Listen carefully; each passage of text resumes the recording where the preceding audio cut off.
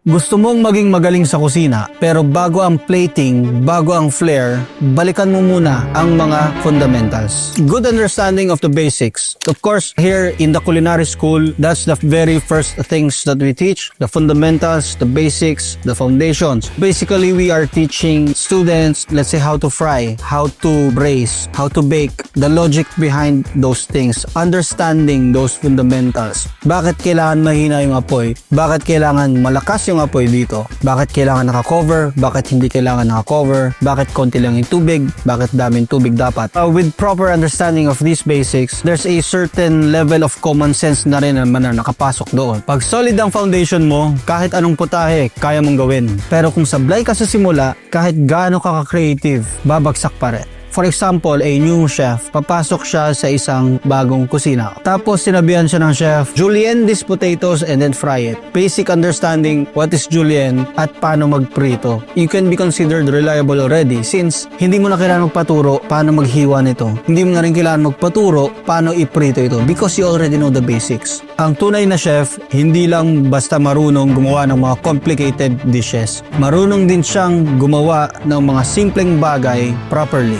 Never underestimate the basics. Dahil minsan, ang pinakasimple, yun ang pinakamahirap gawin ng tama.